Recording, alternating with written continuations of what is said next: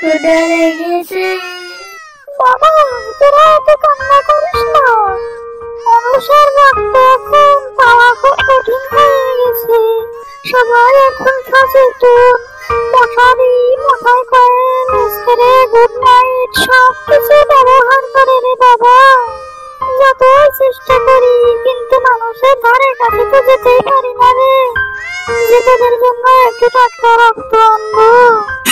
কেউ তো রাতে ঘর থেকে বেরই হয়নি, শুধুমাত্র কিছু গাঁজাখোর কামযুক্তি পোলাপান বাইরে বাগানে কাঠলে বসে গাঁজা খায়।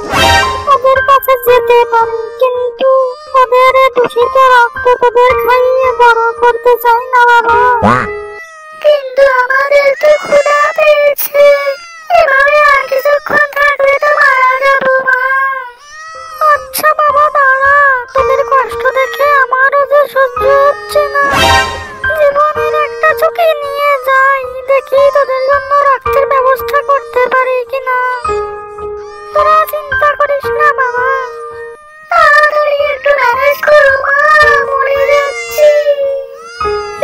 যাচ্ছি বাবা, তুই ধৈর্য ধর একটু।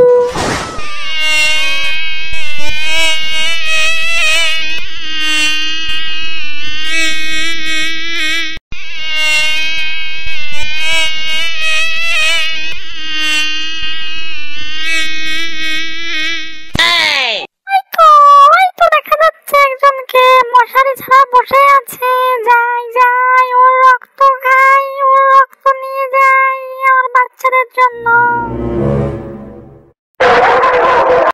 দূর, মশারি ছাড়া একটু বসার মতো নাই, শুধু মশা কামড়ায়।